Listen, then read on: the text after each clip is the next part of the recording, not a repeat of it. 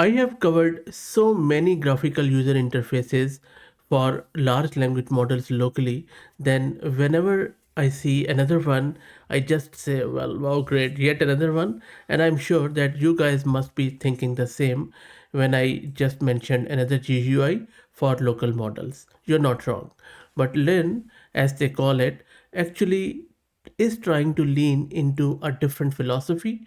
So in this video, we are not only going to install this tool, we will check it out hands-on, but I'm also going to see what their philosophy is, and then you guys can share in the comments what do you think, if you think it is different or it's the same old wine in new bottle. This is Fahad Mirza and I welcome you to the channel.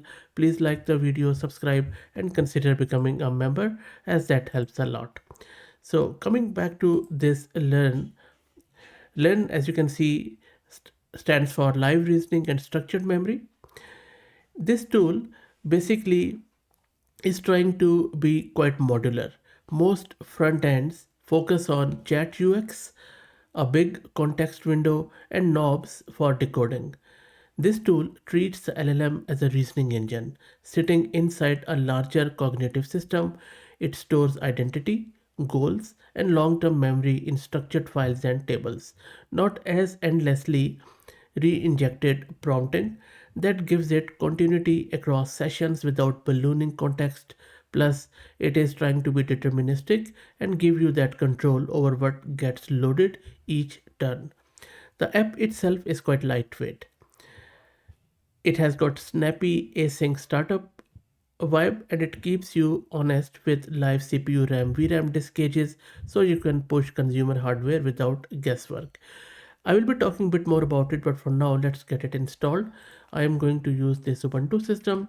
I have one GPU card NVIDIA RTX A6000 with 48 GB of VRAM.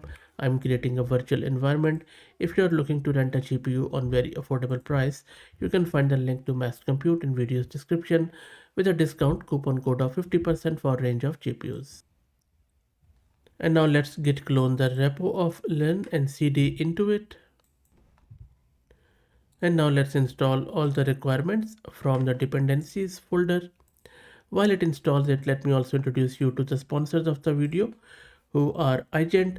iGent is the world's first multi-agent workforce desktop application, empowering you to build, manage, and deploy a custom AI workforce that can turn your most complex workflows into automated tasks.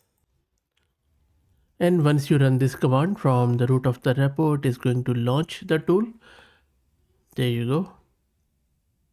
And the first time it asks you to load the model, you can specify the model file from your local system, its context size, GPU layers, and all the other hyperparameters to control the output, or you can just leave it as is. You can also click that okay, don't show it up on startup, and then you can simply cancel it.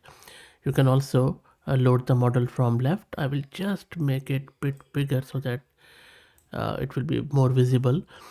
So there is a load model, system prawn, personality, lot of things you can do with it. On the right hand side, you can see how many resources are being consumed in terms of CPU, RAM, disk, and all that stuff.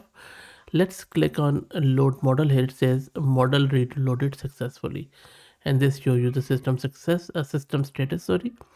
Now, in order to specify the model, let's click on model settings and then let's wait for it. And then it turns into loading the model, and the model is now loaded. And on the right hand side, you can see all the configuration and all that stuff, and you can start chatting with it. So for example, if I just type here, hello there, and doesn't accept the end of, enter, by the way. Now, while it runs, which is not really, which is a moot point, let me show you where you can put the model in. So I have just gone to Hugging Face. I have gone to Quen 38 billion and then files and version. Just get any quantized version.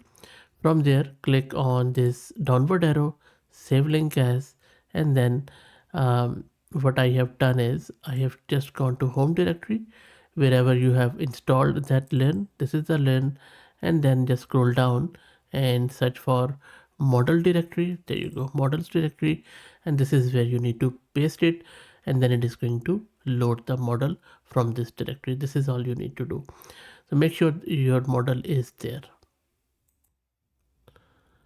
and it is running. And you know what, I think it is not even using GPU at the moment, it is just using CPU.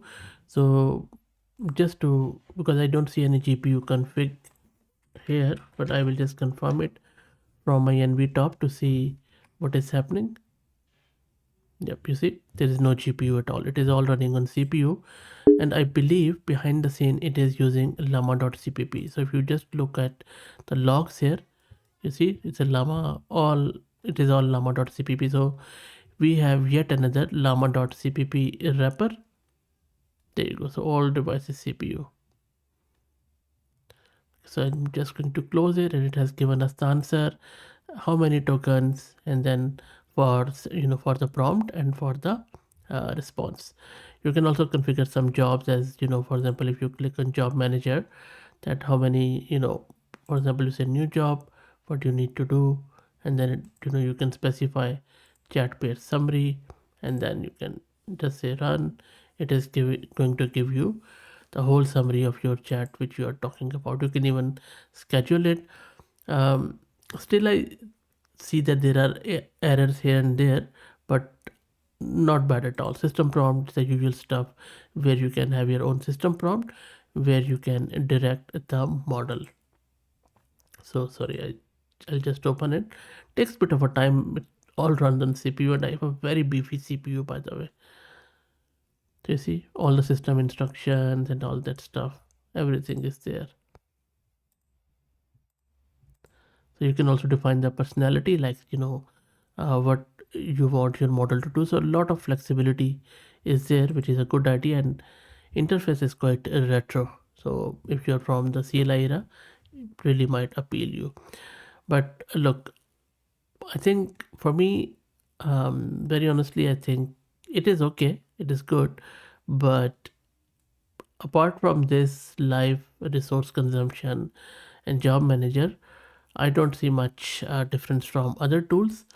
But if you go through their repo, and read the philosophy and all that stuff, and you see my system is very slow. I'm actually trying to click here and there, and it is taking a lot of time. Anyway, just a couple of pointers as promised at the start of the video around its philosophy. So look, what they're trying to do is to orchestrate and control. So instead of single chat plus preset model, you can have that job manager for multi-step automation, a scheduler which I showed you, and a cycle manager for some custom cognitive loops, which I tried, but it's not working. I'm not sure, maybe in the next version. So you can save all of it and then just repeat it whenever you like. But I think there are few others GUI which do the same. Now it is saving it, sort of it is creating a memory so that we have episodic logs per turn, but I think that needs a lot of work still. Anyway, let me know your thoughts. What do you think? If you like the content, please consider subscribing and become a member, as that helps a lot. Thank you for all the support.